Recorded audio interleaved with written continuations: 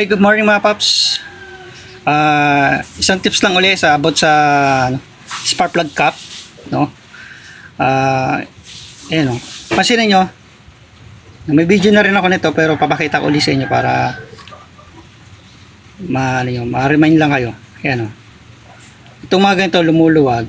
Ayan, lumuluwag na ganyan. Huwag na umasan hindi kayo titirik niyan. Okay, pwedeng timirik yan. Ito maganda. Ito pa, paso yung nga pa. Ganyan mo lang. Ganyan mo lang yan. Ito yung sample na pagbibili kayo ng spark plug cap. Ito yung sample lang to ha. Dapat may dala kayong spark plug. Tapos ilulusot nyo dyan. Ganyan. Yan. O. Pansinin nyo, hapit na hapit. Ayan o. Walang masyadong alog. Ito maganda, hapit na hapit. Ayan o. Tsaka yung rubber nya, napaka maliit lang kaya nahapit yung pit na pit yung spark plug, walang alog. Yan, di tulad nito. Yan, tulad nito. Ito wala nang rubber to eh.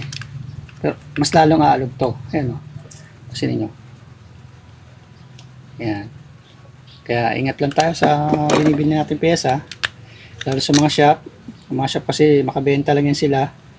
Ayan ang importante sa kanila. Ayan lang, tips lang. Sana nakatulong sa inyo.